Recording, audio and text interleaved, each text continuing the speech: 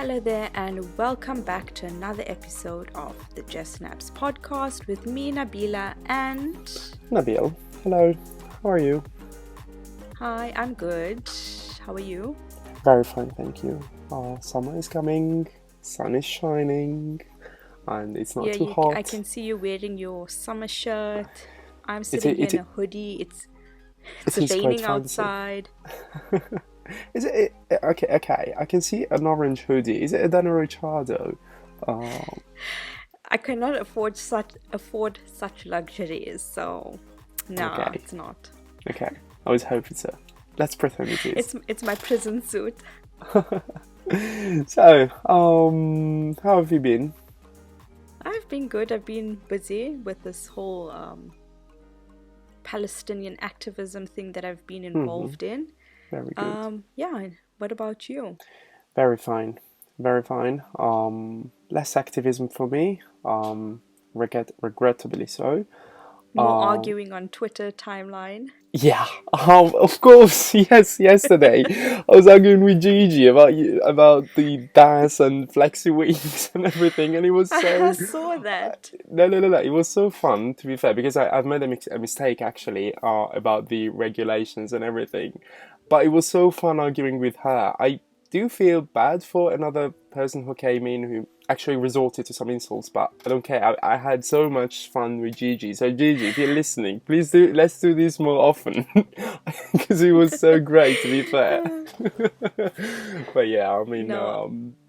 yeah, I also so if you don't know Gigi, she came on the podcast some time ago, and she posted yesterday on Twitter this video. I had never seen it about her experience with in the Mercedes garage, and it was so great. I mean, even before the podcast, even before the episode with her, I had never seen that part of the video, and it was so great as an experience, wasn't it?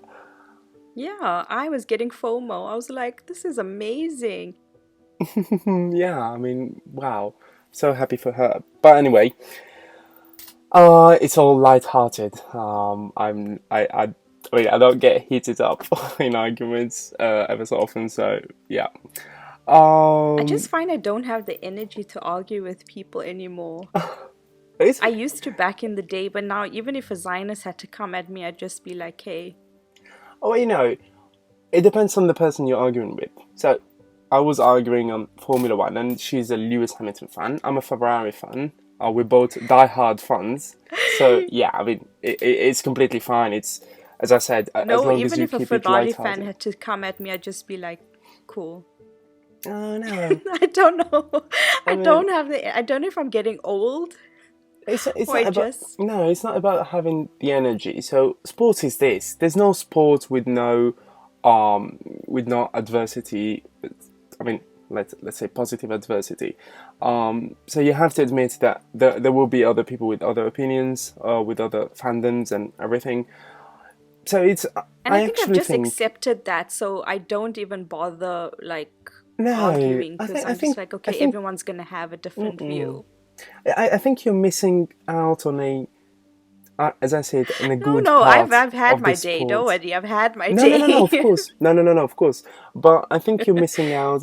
Like the argument I had yesterday, for instance, on Twitter, it was, it was, it was fine. It was fun, to be fair. It was fun to interact with someone, with some other supporters, and it was one on one, exchanging views. I don't know. I like that part of the sport, and you get that in football, get that in Formula One, in tennis a bit less. But yeah, I actually like that part of the sport. So yeah, I know we're you're different not people. big into celebrity culture, but I mean, I'm a bit more like invested in it, especially now with a lot of truths coming to light, and especially like celebrities' relationship with the media. So, I mean, today's episode, we just wanted to chat about celebrities and the media,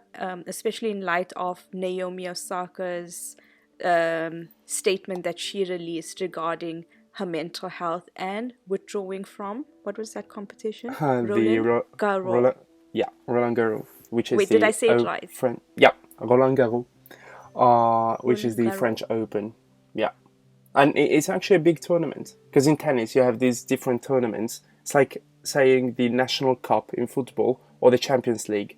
Now the Roland Garros, along with the US Open, are called Grand Slams, so they are the biggest tournaments in the whole world of tennis. And yeah, so Naomi at the beginning of the tournament said she was not going to do any media session. And So, yeah, in her initial statement, she said that I'm writing this to say I'm not going to do any press during Roland Garros. I've often felt that people have no regard for athletes' mental health, and this rings very true whenever I see a press conference or partake in one. And I mean, she has every right to, but then they said that, I don't know who it was who said that you'd either do it or we are going to fine you. And she was like, well, she put her foot down, which I'm super proud of, and said, well, my mental health is more important. And she actually ended up withdrawing from the tournament completely because they wouldn't respect her wishes.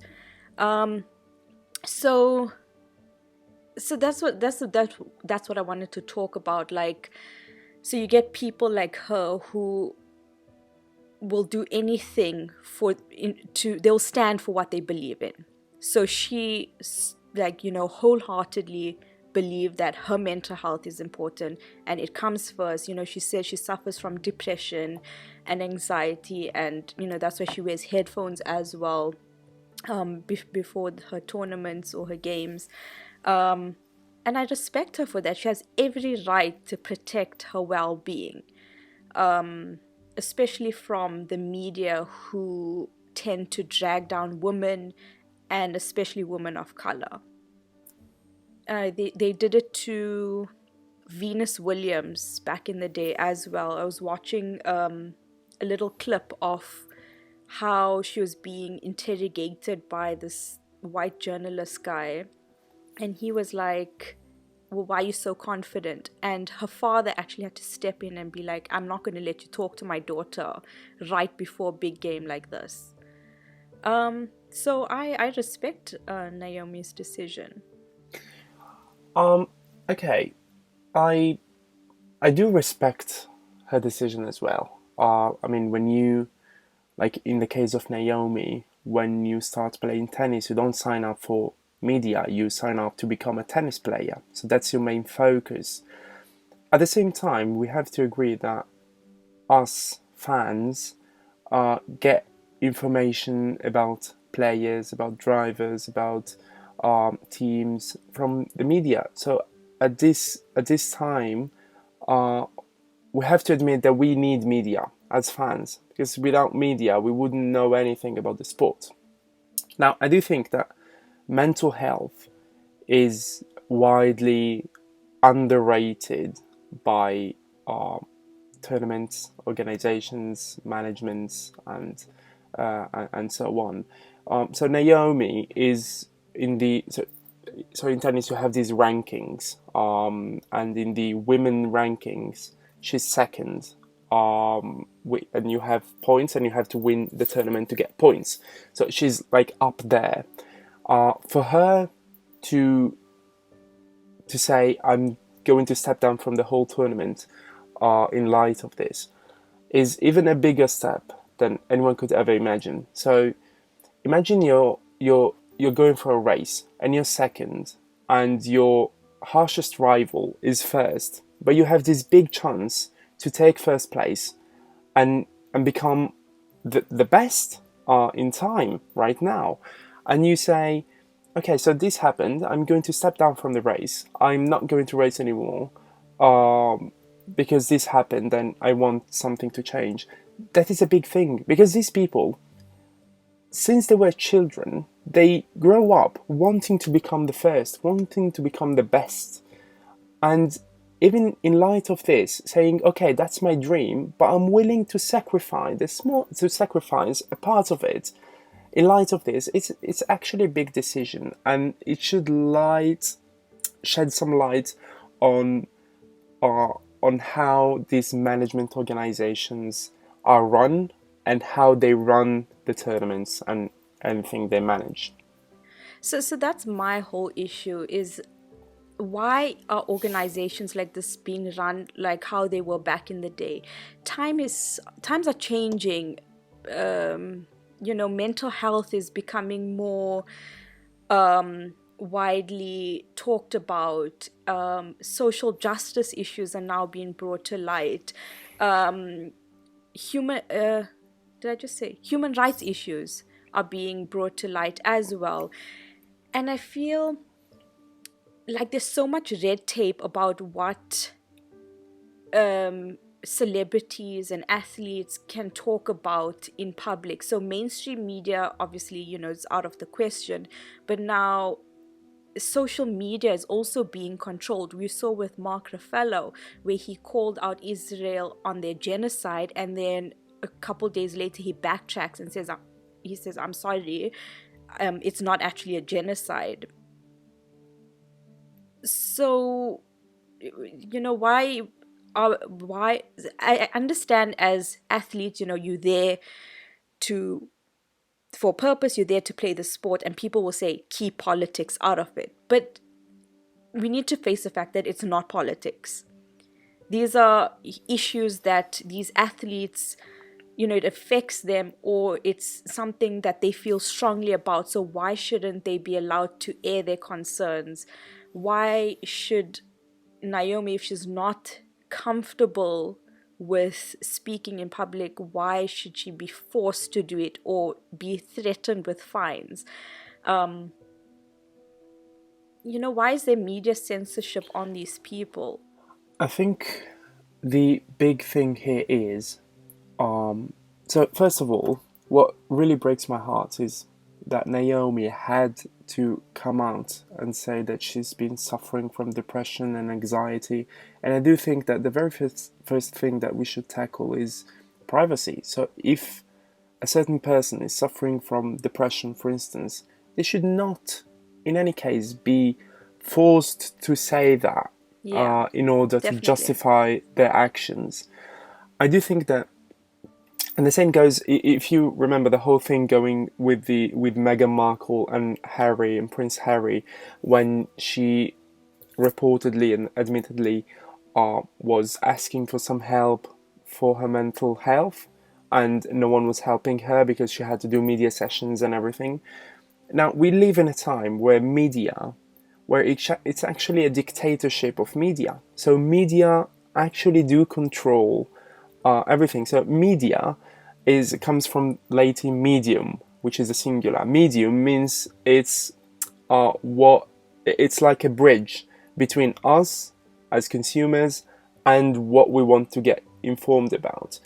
So if it's F1, media is it should be kind of a bridge between us and F1.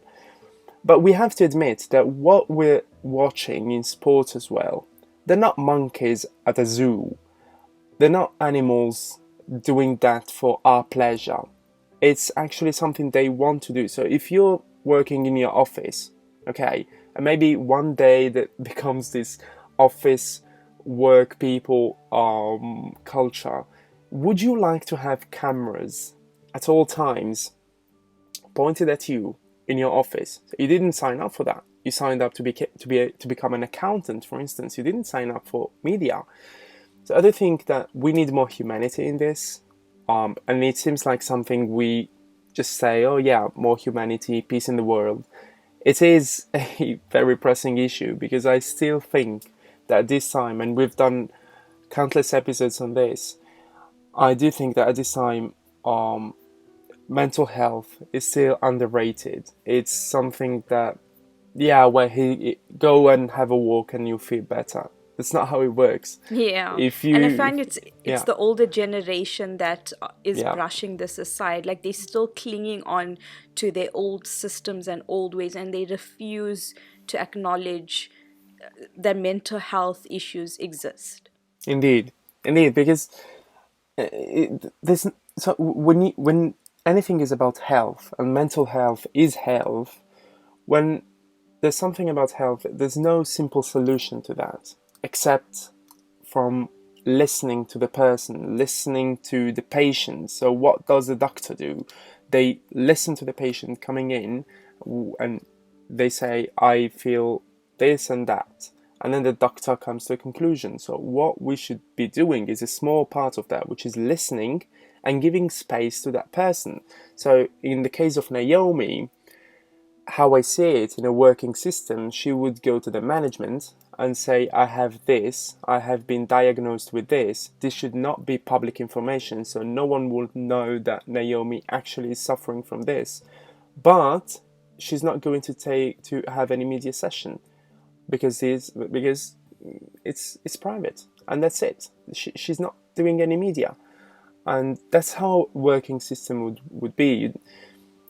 And And I think it's not her issue with the actual media. It's the kind of questions she gets asked, and the kind of interrogation women athletes I do especially agree. face. I do agree. Let's leave that for later because it's a step we have to go into. I would like to point out there's been another fact that no one is talking about, but it's quite a thing. So when the tournament started, there's this tennis player, white male tennis player from Germany, Alexander Zverev, which I like a lot, by the way. But he has this bad habit of coming late to the game, and it's like it's not plausible. You can't do that. So he came late the first round of the Roland Garros, and when the umpire, the referee, let's say, if you don't know what an umpire is, said, Alexander, you're late, please stop coming late. He said, you know how Naomi said she's not doing any media? Okay, I keep coming late. That's completely different. You're not coming late because you have any pressing issue, health issue, or anything. You're coming late because you're maybe irresponsible, I shall say, which he is. So I feel like every single time we talk about this, there's a case of someone not suffering from specific things, trying to minimize the problem itself. White male privilege. Indeed, but let's say that because this is not a matter of gender, sex, or skin color. It's a matter of who's suffering from certain things and the ones who are not suffering from certain But things. the thing is, with white male privilege, you do get a whole pass on stuff. So, just say if Serena Williams had to do that, coming up late to matches, she'd be slaughtered in the media about it. They'd call her, "Oh, she's so careless," or she just disregards the sport. She thinks that because she's top of her game, she can treat the game like this, and it's disrespectful. She would be slated way more than this guy is. I don't even hear about it, like the Um, fact that he comes late. no, I mean with Serena, um, I think Was he Serena is threatened with fines for coming no, late? but Benoit Paire who has been fined because he took a picture of a ball on the court just to say it was out, and he was fined because he took a picture. So with fines, it's a whole other thing because like not doing media. If a tennis player goes and says I don't want to do media, there's actually a fine for that. What I'm saying is there should be no fine for those who have valid reasons not to Yeah, do no, media. definitely. But if any, be it Serena Williams, be it Roger Federer, be it Rafael Nadal, comes and says I don't want to do any media, they're going to get fined because yes, that's the set of rules. And Yeah, no, and if definitely. Yeah, if no, if every everyone's tennis good. player said I'm not doing media, we wouldn't be getting anything. So that's a part of the sports that would be missing, a huge part. So what I think is the two sides is who's suffering from this and who's not suffering from this, and I think the latter, those who are not suffering from this, shouldn't have a say on these matters, as long as they have never experienced these things and they're actually not informed. Because a tennis player, what do they know about mental health unless they're suffering from it? So, and the same goes for me. In this way, I'm privileged because I don't have any mental health issues, and I don't know about that, but what I'm saying is I don't know about that. I'm not going to pontificate on it. If someone says I'm struggling mentally, I'm going to say, yeah, I'm sorry. I'm not going to say anything about that, and that's it. But Yeah, I'm and not the going. worst part is like people who don't have these issues will sit on social media and be like, it's easy to point fingers at the sports. Oh, she's being a spoiled brat, or Hmm. she's the best in her game, and how like what does she have to complain about? She is so rich, and she's. It's not about being rich or poor. Like if you have mental health issues, you are struggling. Yeah, and mental health issues, just as any health issue, might come to the rich, to the poor, to the white, to the black, to the man, to the woman, to the gender fluid, to anyone. Um, so it's not something that really depends on your situation. Um, Many times. So let's talk less about it. Let's listen more, maybe, and let's give more space. That's the. I just saw an article that her sponsors are backing her. Hmm. They, she has the full support of Nike, I think, is her main sponsor, but her other sponsors as well, like, I mean, that's completely are that's the behind right her. choice, but I have to say I'm a bit skeptical when sponsors make moves like this because how I see it is they kind of see how people are reacting Yes. and they but at the same time, since they're reacting like this, it means that people are reacting in favor of Naomi, and that's good because it means that people are actually trying to understand the fact of what's going on. So good for sponsors, they've made the right choice, but I feel like I don't know how to say that, but like, So I feel like sponsors and endorsements have celebrities on strings, which is partially why also I think they censor themselves, or sponsors censor what they say. With Bella Hadid, I saw a lot of rumors going around, like, Dior and Guess cut her off because of her opinions, but then the companies refused to say anything.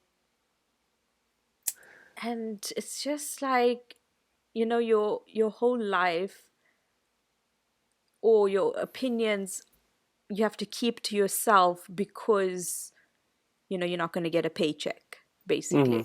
indeed, that's true. That's why I say that sponsors usually make a very egoistical choice most of the time. That's why I feel like brands need to reevaluate their ethics, their Yeah. their policies. And brands need to align themselves with athletes who have the same values. And athletes, celebrities as well, you align yourself with brands who hold the same values as you. So, when issues arise, you are not going to be compromised. Mm. Brand and person, there's going to be no tension there. Yeah, I completely agree. And now, as the world is shifting and changing and becoming more conscious of mental health, pride, um, colonial issues, Mm. um, it's going to start affecting brands now. Mm. That's true. And yeah, definitely companies are going to have to start looking at what they stand for, how ethical is their company, and who they work with. Well, let's hope there's actually a change we can witness at any given time. Really, I I'm as I said, I'm quite skeptical about these things because ethical capitalism is something that would be great, but I don't see that coming into place anytime soon. Um, it's kind of a utopia as well. I think the only, as I said uh, other times, I think the only solution we have is the stakeholder capitalism, as we said in the episode about the 50+1 in football companies. Um, and I feel like all our episodes have recurring themes. So stuff we've brought up before comes up again, but in a different of situation. course, because You know, the this problems we're facing are actually the same, which are exactly. repeated. So if you take UEFA, FIFA, the FIA, the WTA, the ATP, and tennis organizations, they all run basically by the same category of people. So they bring the same problems. Exactly. We have to witness a complete revolution in generations to see something actually changing. Oh, I can't wait till the day we were talking about a transformed world where these organizations are not run by these people. I want a revolution. I've never I don't know. I've never been so keen on revolutions. I do not see them as a solution in anything, because a revolution most of the times means that you're starting from zero. What I'm Yeah. saying So is, so what happens usually in this people in the past, what happens with revolutions is you're just fixing the same, you're not even so the system changes in inverted commas, but it's mhm, not actually changing because you're still using your old of course, values exactly. to, but in a different way to maneuver this There's revolution. no there's no complete revolution. A complete revolution would mean going to anarchy. Socialism. No, going to anarchy and then starting a new system uh built on that. But if you take Power like to the people. Yeah, but if you take France, for instance, when they went through the French Revolution and they brought down the monarchy and instituted a republic, that republic pursued a colonial policy. So it's not always Exactly. for the best, a revolution. Exactly. It That's why might, we need like a complete system shift. You can't take down capitalism and then replace it with capitalism in another form. you can't take down capitalism, I know period. that's my issue, and that's what we need to No, fight for. We I, need. no, no, no, no, no, I'm not going to fight for that. I actually, I'm going to fight for it. okay, see you on the other side. No, I think capitalism is here to stay, and as soon as we all agree that capitalism is going to stay, but we need to reform capitalism, I think that's going to be the turning I point. was I was thinking about this the other day. I was like, who woke up one day and decided like this gold or this specific resource Mm-hmm. is valuable, and you are all going to slave your lives away to lead this kind of life for this little gold resource. Like, who just thought up, okay, this is the epitome of happiness and success, having this big house, fancy cars, lots of money. Now, this is the goal in life, and all of you are going to slave away to achieve this. And this defines success and happiness. And I was thinking about this the other night, and I'm like, oh, literally, like, we have to. I think it's not about the fancy house. It's more about being free. So the more status you have, the more freedom you have. So Yeah, if you're but a billion, but you're still under capitalist control no, because you're you not have actually freedom. free. You're still buying into what they're selling you. No, that's the thing. You choose what to buy. So if I want to buy a car that has at least 1,000 horsepower, I can't do that if I don't have enough money. But I can do that if I have more money. That's my choice. The premise is I want 1,000 horsepower car. which is a Formula One car, so it doesn't exist. But I want to buy that car. If I have the money, I have the freedom to get what gives me pleasure. Um, so it kind of depends on the lifestyle. I don't want a big house, for instance. What I would like to is have enough money to just take off and travel all the world, for instance, which sounds like a cliche, but it's really what I would like to. Yeah. I can't do But that if but I don't that's the have thing now. Happiness, everyone has their own idea of happiness and success. For you, that would be traveling. For someone else, it might be just having clean water. And like hmm the imbalance in this world is what gets to me. Like I was reading the other day about how Monaco literally has no poverty. hmm There's no poverty to track. And because they're so rich, like no one lives under the poverty line. Yet there are countries where majority of these countries are living below poverty. And it's the inequality that gets to me Well, it's. I think it's more in philosophical this than world. anything. Like how come some people got to hoard so much while others I think got it's robbed more basically? philosophical than anything. So in Latin there was this thing, homo homini lupus, which means a man is a wolf to other men, a human is a wolf to other humans. I think what we pursue is our inner joy, our inner instinct, what gives us pleasure, and when you feel like clean water is going to give you pleasure, when you reach clean water, you will look for, I don't know, a steak. When you get a steak, you will look for a car.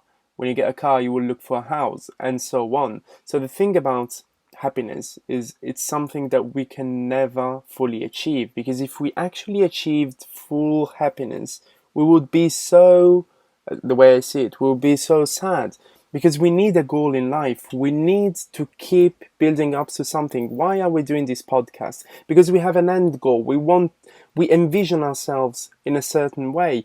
Why do we study? Because we envision ourselves as a doctor or as an engineer or anything else. So you need an end goal. But if we didn't have that end goal, everything would be worthless, and frankly, it, it wouldn't be worth of living for.